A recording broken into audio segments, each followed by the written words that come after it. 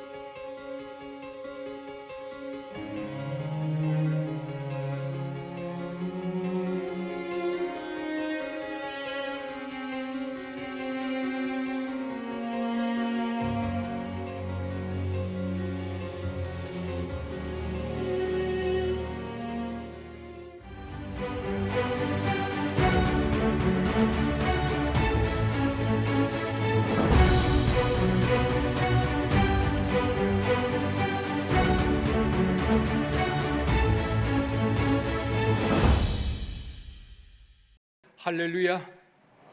옆에 분과 인사하시겠습니다. 주님의 이름으로 사랑하며 축복합니다.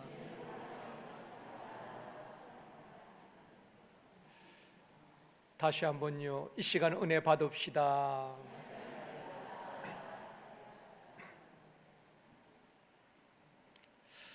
전에 어느 교회 부흥의 초청을 받고 간 적이 있습니다. 교회 입구에 부흥의 광고 현수막이 걸려 있었는데 세계적인 종 불의 사자 초청 부흥회란 글이 쓰여져 있고 강사 이름에 제 이름이 적혀져 있었습니다. 마중 나온 목사님께 웃으면서 제가 그렇게 이야기했습니다. 목사님, 이것은 허위 광고인 것 같습니다. 세계적인 종은 고사하고 저는 제 앞가림도 하기에 벅찬 부족한 목사입니다. 그럴 때 목사님이 다시 말씀하시기를 이렇게 광고를 해야지 성도들이 모입니다. 그렇게 말씀을 하시더라고요. 성경에서 큰 능력을 행한 사람 중에 한 사람이 엘리야입니다. 엘리야는 하늘에서 불을 내리게 하고 3년 6개월 가문 땅에 비를 내리게 했던 능력의 종이지요. 하나님께서 불을 주시고 비를 내려주셨지만은 그런 엘리야에게도 영적 침체가 왔고 엘리야에게 인생의 광야가 있었다는 것입니다. 엘리야의 광야는 영적 침체의 광야라고 말할 수가 있습니다. 성도들 가운데도 그렇게 열심히 있던 분이 어느 날 영적 침체에 빠지기도 합니다. 열정적으로 사역을 하시던 분들이 어느 순간 그 열정이 식어지고 나는 못합니다라고 말씀하시는 분들도 있습니다.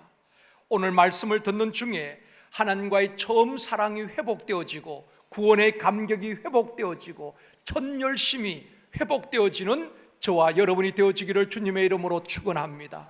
오늘은 엘리야의 광야라는 제목으로 말씀을 드리려고 합니다. 첫 번째로 하나님의 살아계심을 증거한 엘리야입니다.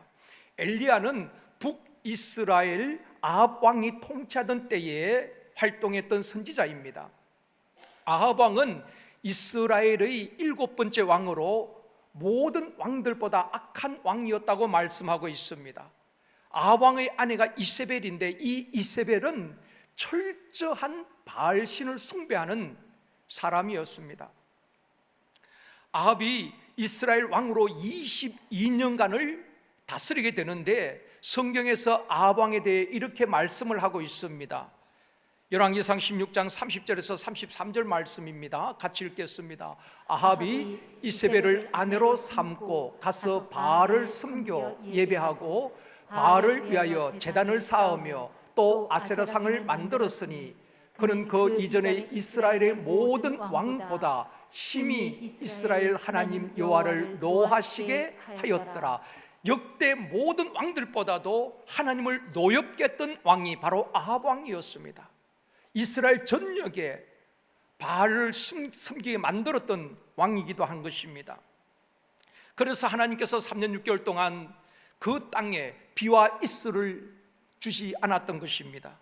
아합 왕과 이세벨은 여호와의 제단을 다 허물어 버리고 그곳에 바알을 위하여서 제단을 쌓게 되는 것입니다. 그리고 하나님의 선지자들을 다 죽여버렸죠. 그래서 엘리야가 이렇게 탄식을 하였습니다. 하나님, 모든 선지자들이 다 죽고 나만 홀로 남았다고 엘리야가 탄식할 때도 있었습니다. 당시 가나안 사람들은 바알을 섬겼는데 이 바알은 비를 주고 농사를 풍요롭게 하는 신으로 믿었던 것입니다. 바알의 신의 형상을 보면은 송아지 형상도 있습니다. 황소 형상도 있고 또 사람의 형상을 가진 바알신도 있었습니다. 이처럼 이런 형상을 만들어 놓고 이 바알신이 비를 주고 농사를 풍요롭게 한다고 믿었던 것입니다. 바알은 주인 또는 소유자란 뜻입니다. 그러니까 토지의 주인이고 비를 주고 농사를 풍요롭게 하는 신으로 믿었던 것입니다. 바알신을 섬긴다는 것은 내 인생의 주인이 하나님이 아니고 바알이라는 것입니다.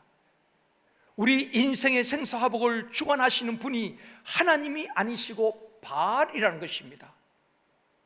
이것이 바알신을 섬기는 사람들의 특징이었죠. 당시 이스라엘 백성들은 하나님을 섬기면서도 또 바알을 섬기게 되었던 것입니다. 그래서 열왕기상 18장 21절에 보면은 말씀합니다. 같이 읽겠습니다. 엘리야가 모든 백성에게 가까이 나아가 이르되 너희가 어느 때까지 둘 사이에서 머뭇머뭇하려느냐. 여호와가 만일 하나님이면 그를 따르고 바알이 만일 하나님이면 그를 따를지니라. 당시의 이스라엘 백성들은 농사를 풍요롭게 한다는 그 바알신도 따르고 하나님도 섬겼던 둘 사이에서 머뭇머뭇하고 있었습니다. 그래서 엘리야가 그 백성들 향하여서 하나님이 진짜면 그 하나님을 따르고 바알이 진짜면 바알을 따라라. 그렇게 신앙적 결단을 촉구하게 되는 것입니다. 그리고 갈멜산 정상에서 바알 선지자 450명과 아세라 선지자 400명과 영적 대결을 하게 되는 것입니다. 송아지를 잡아서 각을 떠서 나무 위에 올려놓고 불을 지피지 않습니다. 각자 신의 이름을 불러서 불로 응답하는 신이 진짜 하나님이시다 약속을 하고 먼저 바알 선지 450명이 아침부터 저녁까지 바알 신의 이름을 부르며 불을 달라고 외칩니다. 바알이여 우리에게 응답하여 주옵소서. 바알이여 우리에게 불을 내려 주시옵소서. 하루 종일 바알을 찾았지만 아무 일도 일어나지 않았습니다. 왜 그럴까요? 죽은 신은 응답할 수 없는 것입니다. 죽은 신은 불을 내릴 수가 없었습니다. 이제 엘리야가 하나님 앞에 나아가 백성들과 바알 선지자들 보는 앞에서 먼저 제단을 수축하게 되는 것입니다. 열왕기상 18장 30절 말씀입니다. 같이 읽겠습니다. 엘리야가 모든 백성을 향하여 이르되 내게로 가까이 오라. 백성이 다 그에게 가까이 가매 그가 무너진 여호와의 제단을 수축하되 아합 왕에 의하여서 모든 여호와의 단이 회파되었습니다. 엘리야는 먼저 무너진 단을 수축을 합니다. 그리고 하나님 앞에 기도하게 되는 것입니다. 전 세계 교회는 2년 가까이 코로나라는 광풍을 만나서 예배의 단이 무너지고 기도의 단이 무너지고 교회가 무너졌습니다. 어떤 통계에 의하면은 2년 동안 한국 교회가 10,000교회가 문을 닫았다고 합니다. 한국 교회 전체가 6만 5천 교회 정도 되는데 10,000교회가 경제적인 어려움으로 이런저런 이유로 인하여서 전혀 예배를 드리지 못하고 문을 닫았다는 것입니다. 위드 코로나 시대에 한국 교회와 제일성덕교회가 예배의 단을 수축하고 예배를 회복해야 하는 것입니다. 이제부터는 현장에서 50% 드릴 수 있지요. 또한 접종 완료자들은 100% 드릴 수가 있습니다. 그럼에도 철저하게 방역 수칙을 우리 교회는 지켜나갈 것입니다. 그래서 지금 또 여러분 안전자리 다 간격을 유지하고 있습니다. 모든 성도들이 교회에 나와서 영감 넘치는 예배를 드리며 하나님의 임재를 다시 한번 경험하며 코로나 이전보다도 2년 전보다도 더 강력한 성령의 임재, 성령의 불길, 부흥의 불길이 타오르는 우리 제일성덕교회가 되어지기를 주님의 이름으로 축원합니다. 엘리야는 무너진 여호와의 단을 수축하고 하나님 앞에 기도합니다. 여호와여 내게 응답하옵소서. 내게 응답하옵소서. 하나님과 바알 사이에 머뭇머뭇하고 있는 이 많은 백성들에게 하나님이 진짜 하나님이시요 살아계신 하나님을 증거하여 주시옵소서. 내게 응답하여 주옵소서. 엘리야가 간절히 하나님 앞에 부르짖어 기도할 때에 불이 내리고 번제물과 나무와 돌과 흙을 다 태워버리고 도랑의 물까지 핥았다고 말씀하고 있습니다. 불로 응답하신 하나님을 보고 백성들이 뭐라고 고백합니까? 열왕기상 18장 39절 말씀입니다. 같이 읽습니다. 모든 백성이 보고 엎드려 말하되 여호와 그는 하나님이시로다. 여호와 그는 하나님이시로다 하니. 불로 응답하신 그 하나님을 보고 모든 백성들이 여호와 그는 하나님이시로다. 엘리야가 믿는 하나님, 불로 응답하신 하나님이 진짜요 바알은 가짜라는 것입니다.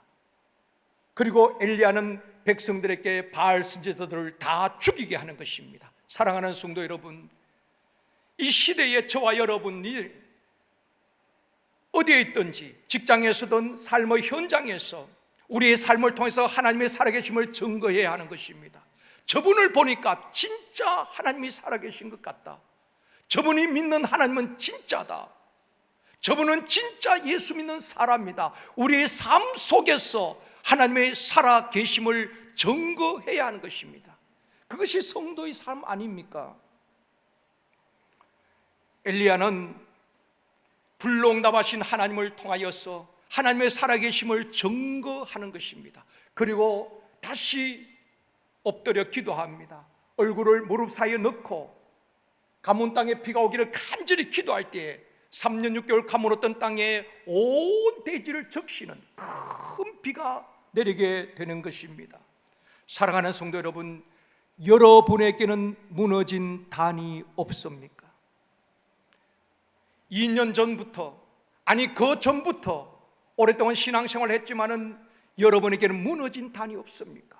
예배의 단이 무너지고, 기도의 단이 무너지고, 말씀의 단이 무너지고, 순종의 단이 무너지고, 감사의 단이 무너지고, 일터에 무너진 것은 없습니까? 무너진 단을 수축해야 하는 것입니다. 다시 일으켜 세워야 하는 것입니다. 그리고 예배가 회복되어지고 기도가 다시 살아나고 말씀에 순종할 때에 하나님께서 일상에 무너졌던 모든 것을 다시 일으켜 주시고 회복시켜 주실 줄 믿습니다. 무너진 단을 먼저 수축해야지 하나님의 응답이 있고 역사가 일어나는 것입니다. 그래서 엘리야는 무너진 단을 수축하고 여호와 이름을 부를 때에 불로 응답하시고 비로 응답하셨던 것입니다. 데일 카네기가 쓴 링컨의 기도라는 책이 있습니다. 그 책에 보면은 링컨의 그 인생 이야기를 또 신앙 이야기를 하고 있는 것입니다. 어릴 때 어머님이 돌아가셨죠. 그리고 너무 가난한 집에서 링컨은 책을 한 권 사면은 그 책을 수십 번을 반복해서 읽었다는 것입니다. 계속되는 사업의 실패로 인하여서 우울증에 시달리기도 했습니다. 그런 역경과 고통 가운데서도 삶을 포기하지 아니하고 다시 일어나고 마침내 미 합중국의 대통령이 될 수 있었고, 그리고 지금까지 시대를 초월해서 가장 존경받는 대통령으로 꼽힐 수 있었던 것은 두 가지였다고 합니다. 하나님의 말씀과 기도였다는 것입니다. 인생의 고난 앞에서도 어떤 어려움 앞에서도 말씀과 기도라는 이 두 줄을 굳게 붙들고 있었던 것입니다. 링컨은 대통령이 되었어도 백악관을 기도실로 만들었다고 할 만큼 하루에 2-3시간을 기도했다고 합니다. 여러분, 대통령이 얼마나 바쁘겠습니까? 만나야 할 사람도 많고 결정해야 될 일도 많이 있지만은 그 바쁜 중에도 하나님 앞에 무릎 꿇고 하루에 2-3시간을 기도했다고 합니다. 그래서 백악관을 기도실로 만든 대통령이란 책도 나왔잖아요. 링컨은 이런 말을 했습니다. 나는 어려울 때마다 무릎 꿇고 기도한다. 그러면 신기하게도 내가 알지 못했던 지혜가 떠오른다. 내 지혜, 능력, 노력만 가지고는 나는 아무것도 할 수 없다. 그래서 나는 하나님의 도우심을 위해 기도한다. 한 나라의 대통령이 결정해야 될 것이 얼마나 많이 있겠습니까? 백성들이 요구하는 것이 얼마나 많이 있겠습니까? 그럴 때마다 자기 능력이 아니라 하나님 앞에 무릎을 꿇고 기도합니다. 하나님 어떻게 해요? 하나님 어떻게 하면 좋을까요? 그럴 때마다 신기하게 하나님의 지혜를 주셨다는 것입니다.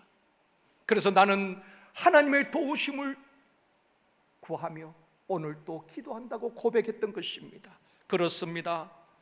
기도할 때 하나님께서 지혜도 주시고 능력도 주시고 문제를 이길 힘도 주실 줄 믿습니다. 사랑하는 성도 여러분, 기도할 수 없는 상황은 없습니다. 바울과 실라는 감옥에서도 메인 몸으로도 기도할 때에 기적이 일어났다면 우리가 간절히 다시 한번 기도의 단을 수축하고 하나님 앞에 부르짖어 기도할 때 가정이 회복되어 줄 줄 믿습니다. 자녀들을 살려주시고 기도할 때 샘터가 다시 살아나고 기도할 때 사업장도 일으켜 주시고 기도할 때 불로 응답하시고 가뭄이 그치고 큰 비가 내리듯 우리가 기도할 때 우리 인생의 가뭄이 그치고 하나님께서 큰 은혜의 단비를 내려주실 줄 믿습니다. 사랑하는 성도 여러분, 우리 모두가 무너진 예배의 단을 다시 한번 수축할 수 있기를 원합니다. 기도의 단을 다시 한번 수축하여 하나님 앞에 기도할 때에 불로 응답하신 하나님, 3년 6개월 가뭄을 그치게 하시고 살아계신 하나님을 증거해 보여주셨던 그 하나님께서 다시 한번 우리의 기도에 응답하시고 우리의 삶을 통해서 하나님은 지금 또 살아계시고 우리의 기도에 응답하시는 하나님이심을 증거하는 저와 여러분이 되어지기를 주님의 이름으로 축원합니다. 두 번째로 영적 침체에 빠진 엘리야입니다. 우리의 믿음이 성장하고 또 영적으로 성장하는 것은 참 더딥니다. 또 눈에 보이지도 않습니다. 그러나 낙심하고 시험 드는 것은 한순간입니다. 여러분도 그런 경험이 있을 것입니다. 열왕기상 18장에 엘리야는 혈혈단신으로 바알 선지자들과 영적 싸움에서 승리했습니다. 하늘에서 불을 내리게 하고 큰 비를 내리게 했던 갈멜산의 영웅이었죠. 그런데 18장과 19장의 엘리야는 전혀 다른 모습을 우리에게 보여주고 있습니다. 본문 4절 말씀입니다. 같이 읽겠습니다. 자기 자신은 광야로 들어가 하룻길쯤 가서 한 로뎀나무 아래에 앉아서 자기가 죽기를 원하여 이르되 여호와여 넉넉하오니 지금 내 생명을 거두시옵소서. 나는 내 조상들보다 낫지 못하니이다 하고, 엘리야는 완전 탈진하고 부엘세바로 내려가서 또다시 광야길로 들어가는 것입니다. 광야에 있는 로뎀나무 아래에서 그는 죽기를 구하고 있는 것입니다. 지금 내 생명을 거두어 주시옵소서. 이세벨의 손에 죽는 것보다도 하나님, 내 생명을 차라리 하나님께서 거두어 주시옵소서. 그 광야 로뎀나무 아래에서 엘리야는 죽기를 구하고 있는 것입니다. 사랑하는 성도 여러분, 우리도 인생을 살다 보면 너무 힘들 때가 있잖아요. 낙심이 되고 마음이 우울하고 사는 것이 두렵고 사람을 만나는 것도 싫고 의욕도 없고 기도도 안 되고 교회에 오는 것조차도 싫어지고 더 이상 살고 싶지 않은, 죽고 싶은 마음이 들 때가 있다는 것입니다. 살다 보면 너무 힘들면 그럴 때가 있잖아요. 영적 침체가 온 것입니다. 영적으로 번아웃 될 때가 있다는 것입니다. 제가 참 아끼는 후배 목사님 한 분 계신데 참 좋은 친구예요. 이 친구가 전에 그런 말을 해요. 그 아버님이 목사님이신데 늦게 목회하셔서 개척을 하시다가 이제 그 아들이 이어받아서 또 목회를 하고 있는 것입니다. 그런데 너무 힘들게 하는 집사님 한 분이 계셨던가 봅니다. 그래서 주일이 되면은 그 집사님을 만날 걸 생각하면은 교회가 가기 싫더라는 것입니다. 어느 주일날 그래서 이런 말을 했다는 것입니다. 가족들 앞에 오늘 정말 교회 가기 싫어. 목사님이 그랬더니만 그 어머님이 그렇게 말씀하시더래요. 그래도 너가 담임 목사인데 너가 교회 안 가면 어떡하니?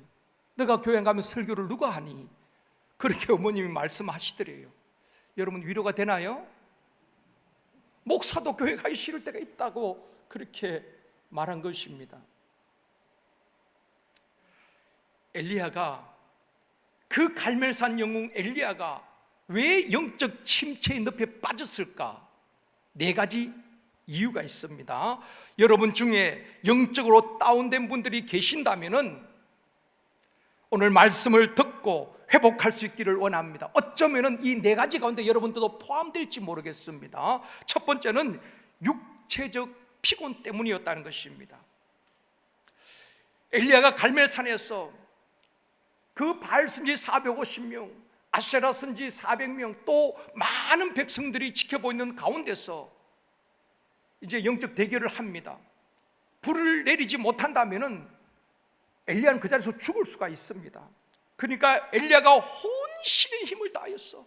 모든 것을 하나님께 집중하고 하나님을 의지하고 기도하게 되는 것입니다. 영적 힘을 다 소진하게 되는 것입니다. 여러분 기도하신 분들은 알겠지만 기도가 쉽지 않습니다. 기도는 거룩한 노동이라고 말하잖아요. 1시간 동안 여러분 진짜 간절히 기도하면은, 진액을 쏟는 기도를 하면은 완전히 힘이 다 빠지는 것입니다. 특히 여러분들이 환자를 위해서 도고 기도한다든지 또 악한 영에 사로잡힌 사람들 축사 사역을 하다 보면은 굉장한 영적 힘과 육체적인 힘을 소진하게 되는 것입니다. 1시간 기도하고 나면 완전히 힘이 쭉쭉 빠진다는 것입니다. 엘리야가 갈멜산에서 온 힘을 다하였어. 몸과 마음을 다하여서 기도하고 온 힘을 쏟아붓고 난 다음에 탈진한 것입니다. 우리는 육을 가진 사람입니다. 그렇기 때문에 육체가 너무 힘들면은 영적인 영향을 받게 되는 것입니다. 그런 의미에서 엘리야의 그 탈진의 원인 가운데는 육체적인 피곤이 있었다는 것입니다. 두 번째는 이세벨의 말 때문이었습니다. 엘리야가 갈멜산에서 바알과 아세라 선지자를 다 죽였다는 이야기를 듣고 이세벨이 뭐라고 말합니까? 본문 2절입니다. 같이 읽겠습니다. 이세벨이 사신을 엘리야에게 보내어 이르되 내가 내일 이맘때에는 반드시 내 생명을 저 사람들 중 한 사람의 생명과 같게 하리라. 무슨 말입니까? 이세벨이 사신을 보냈습니다. 엘리야에게 내일 이맘때에 반드시 내 생명을 너가 그 바알 선지자들을 죽인 같이 그렇게 하겠다는 것입니다. 엘리야를 죽이겠다는 것입니다. 최고의 권력자 아합 왕의 아내가 사신을 보내서 엘리야를 죽이겠다는 그 말을 듣고 엘리야는 두려웠습니다. 그래서 브엘세바로 광야로 도망을 가게 되는 것입니다. 여러분, 사람은 말이 굉장히 중요합니다. 우리는 말의 영향을 받습니다. 가정이나 직장에서 가족들이나 동료들 격려의 말 한마디, 위로의 말 한마디 들으면 하루 종일 기분이 좋아요. 그렇죠?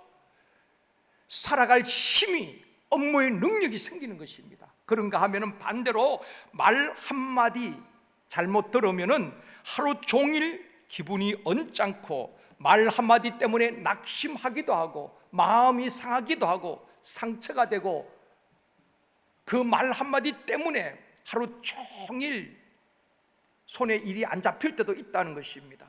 말은 그 사람의 신앙이고 인격인 것입니다. 그래서 저는 이렇게 성도들과도 대화를 해보면 진짜 비전의 사람들은 늘 비전을 이야기합니다.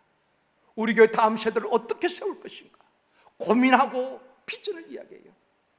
하나님께 받은 은혜, 말씀을 통해 받은 은혜, 기도 응답의 간증을 하는 것입니다. 그런 샘터 반드시 살아나게 될 줄 믿습니다. 그런 가정 하나님께서 반드시 축복하여 주실 줄 믿습니다. 그러나 어떤 분들은 늘 불평하는 분들도 있어요. 또 다른 사람을 폄하하기도 하고 험담하기도 하고 그것은 좋지 못한 것입니다. 말이 그 사람의 신앙이고 말이 그 사람의 인격이라는 것을 기억하십시오. 그래서 우리 주님께서도 마태복음 15장 11절에서 이렇게 말씀합니다. 같이 읽겠습니다. 입으로 들어가는 것이 사람을 더럽게 하는 것이 아니라 입에서 나오는 그것이 사람을 더럽게 하는 것이니라. 원색적으로 표현하면 입으로 들어가는 것은 음식물은 배를 통해서 뒤로 다 버려지는 것입니다. 여러분들 그걸 보고 그냥 내 몸에서 나오는 거룩한 뭐라고 그렇게 말하겠습니까? 보지도 않고 그냥 내리는 거예요.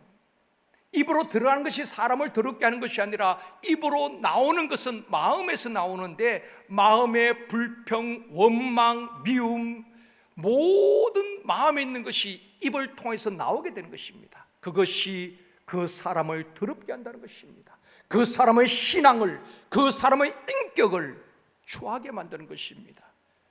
바울도 에베소서 4장 29절에서 말씀하고 있습니다. 이번 주간 암송 말씀입니다. 같이 읽습니다.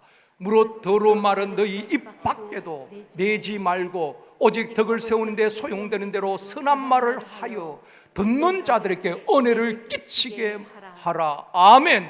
이번 한 주간 이 말씀을 계속 묵상하십시오. 이 말씀을 암송하십시오.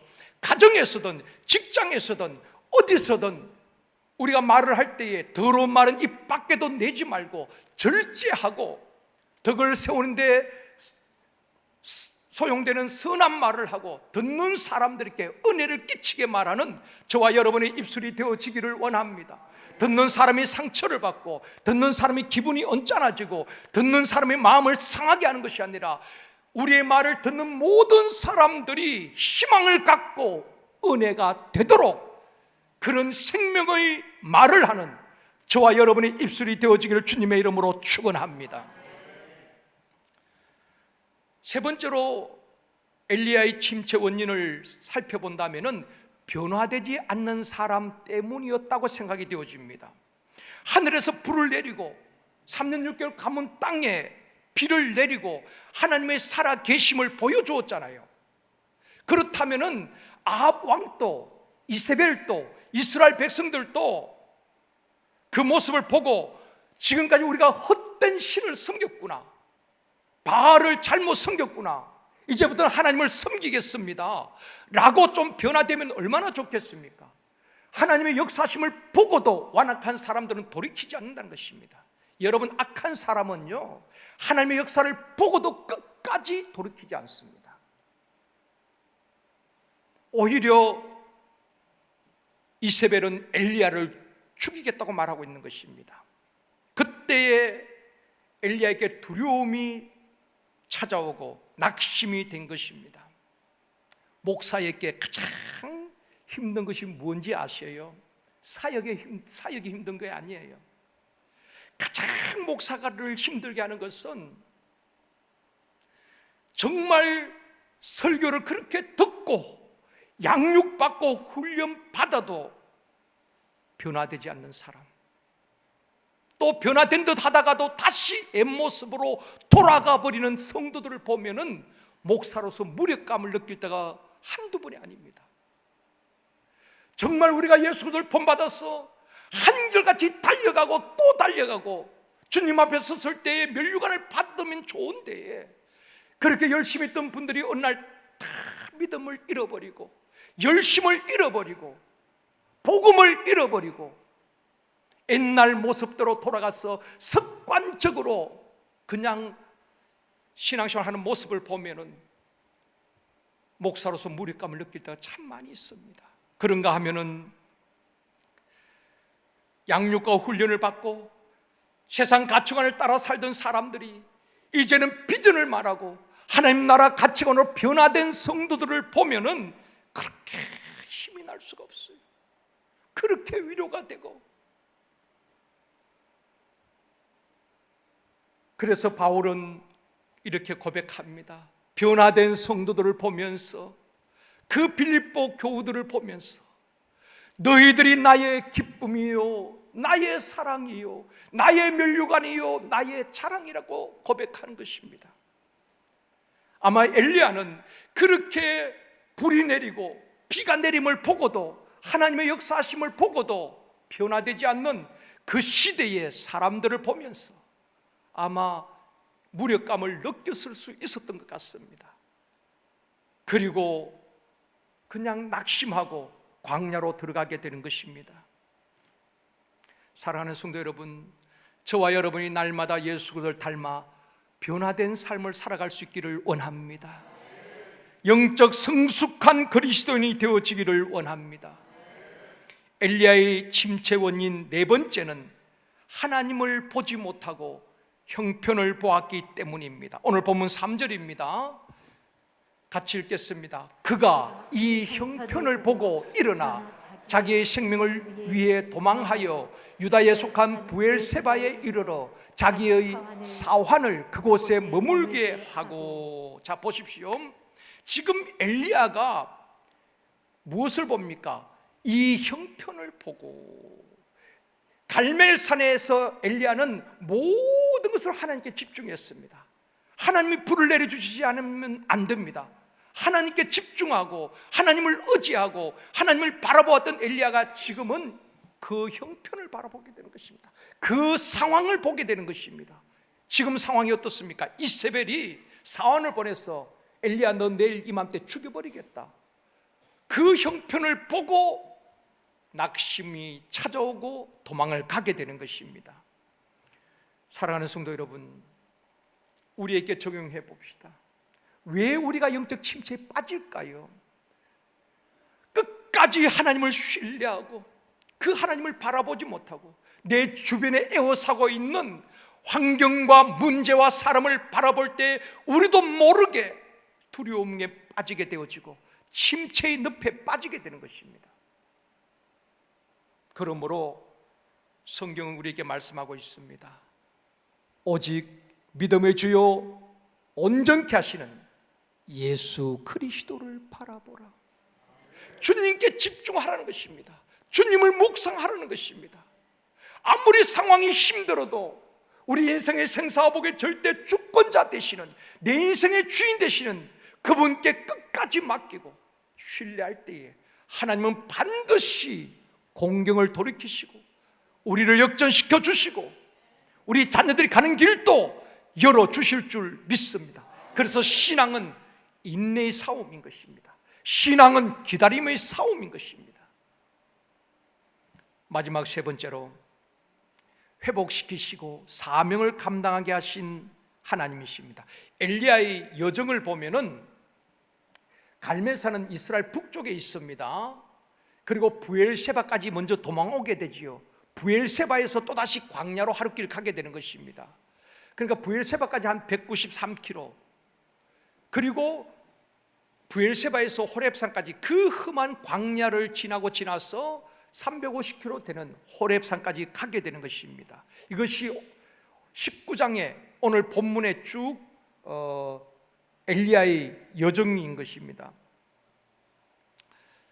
엘리야가 탈진하여서 광야의 로뎀나무 아래서 지쳐 하나님 내 생명을 거두어 주시옵소서 라고 말할 때에 하나님께서 지쳐있는 쓰러져 있는 엘리야에게 천사를 보내어서 떡과 물을 주어 마시게 합니다. 그리고 오늘 본문 8절에 말씀합니다. 같이 읽습니다. 이에 일어나 먹고 마시고 그 음식물의 힘을 의지하여 40주 40야를 가서 하나님의 산 호렙에 이르니라.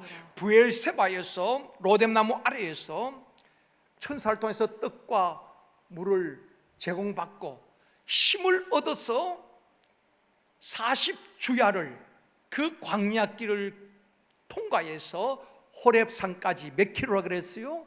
부엘세바에서 호렙산까지 350km를 40주야를 가서 호렙산에 이르게 되는 것입니다. 그리고 호렙산 굴 속에 있을 때에 하나님이 또다시 엘리야를 찾아오셔서 사명을 주시는 것입니다. 엘리야야, 너는 아직 죽을 때가 아니다. 너에게는 사명이 있다. 세 가지 사명을 주십니다. 첫 번째가 열왕기상 19장 15절 말씀입니다. 같이 읽습니다. 여호와께서 그에게 이르시되 너는 내 길을 돌이켜 광야를 통하여 다메섹에 가서 이르거든 하사엘에게 기름을 부어 아람의 왕이 되게 하고, 선지자들이 기름 부어서 왕을 세웠거든요. 첫 번째 하나님께서 주신 사명은 그 광야를 지나서 다메섹에 가서 하사엘에게 아람 왕으로 기름 부으라는 것입니다. 그 다음에 두 번째 사명은 16절입니다. 같이 읽습니다. 너는 또 님시의 아들 에후에게 기름을 부어 이스라엘의 왕이 되게 하고, 또 아벨 모홀라와 사베스의 아들 엘리사에게 기름을 부어 너를 대신하여 선지자가 되게 하라. 세 가지 사명을 주신데, 첫 번째는 뭐죠? 하사엘에게 기름을 부어 아람 왕이 되게 하고, 두 번째는 에후에게 기름을 부어서 이스라엘의 왕이 되게 하라는 것입니다. 그리고 세 번째는 너를 대신할 엘리사를 후계자로 세우라는 것입니다. 이것이 엘리야에게 주어진 마지막 사명입니다. 이 사명을 감당하고 하나님께서 엘리야를 그냥 죽음을 맛보지 않게 하시고 하늘로 데리고 가셨죠. 사랑하는 성도 여러분, 사명자는 죽지 않습니다. 죽고 싶어 광야로 갔고 하나님 앞에 내 생명을 거두어 달라고 기도했지만은 하나님은 엘리야야, 너는 아직 사명이 있다. 그 사명 다할 때까지는 고생이 되어도 너는 살아야 한다. 그리고 세 가지 사명을 주시는 것입니다. 여러분, 우리가 살다 보면은 너무너무 힘들어 모든 것을 놓아버리고 너무너무 육체의 질고가 힘들어 하나님 차라리 나를 데려가 주시옵소서. 그러나 우리에게 사명이 있기에 오늘 또 생명 주신 줄 믿습니다. 사명이 있는 자들은 죽을 병에 걸려도 하나님께서 고쳐서 사명 끝까지 감당하게 하시는 것입니다. 그래서 죽겠다, 죽고 싶다고 말하지 말고 주여 사명을 깨닫게 하시고 사명 감당하게 하여 주옵소서. 아직도 믿음의 자리에서 떠나서 세상에 방황하고 있는 우리 자녀들을 위하여서 기도의 제물이 되게 하여 주시옵소서. 끝까지 사명 감당하고 하나님 앞에 서는 저와 여러분이 되어지기를 원합니다. 엘리야가 갈멜산에서 체험한 하나님은 강력한 하나님이시요, 불응답하시고 비를 내려주시는 초월적인 하나님이라면 그 지쳐 쓰러진 광야에서 만난 하나님은 자상하신 하나님이십니다. 떡과 물을 준비하시고 어루만져 주시고 위로하시고 세미하게 말씀하시고 다시 일으켜 주시고 회복시켜 주시는 따뜻하고 자상하신 하나님이십니다. 우리가 인생의 광야에서 만나는 하나님은 이런 하나님이에요.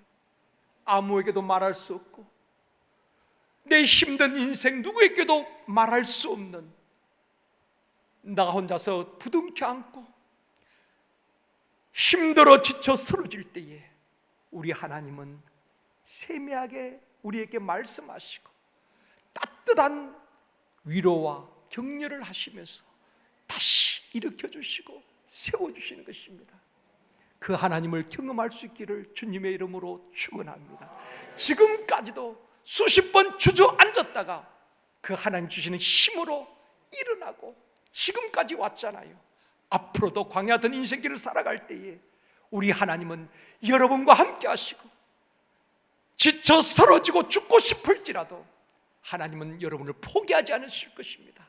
끝까지 여러분을 위로하시고 격려하시고 다시 일으켜 주시고 회복시켜 주시고 역전시켜 주시는 하나님이십니다.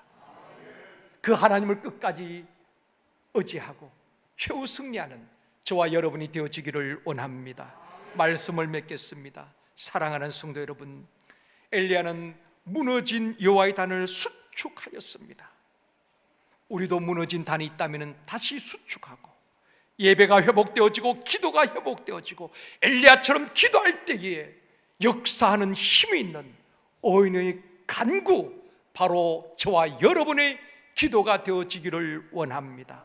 혹 여러분이 침체의 늪에 빠져 있다면, 그 누군가의 말 때문에 상처 입었다면, 또 육체가 너무 연약하여 영적으로 여러분 다운되어 있다면, 또 여러분이 그렇게 힘쓰고 애쓰고 양육했지만 변화되지 않는 샘터 가족들 때문에 실망이 된다면, 무엇보다도 우리가 하나님께 집중하지 못하고 환경을 바라보고 넘어지고 침체에 빠졌다면 다시 한번 일어날 수 있기를 원합니다.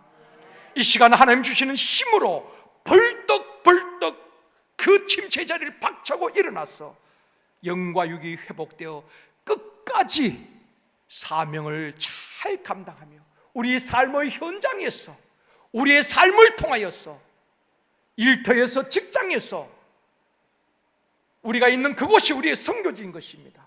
직장 선교사로, 일터 선교사로 그 삶의 현장에서 하나님의 살아계심을 증거하고 드러내는 저와 여러분이 되어지기를 주님의 이름으로 축원합니다.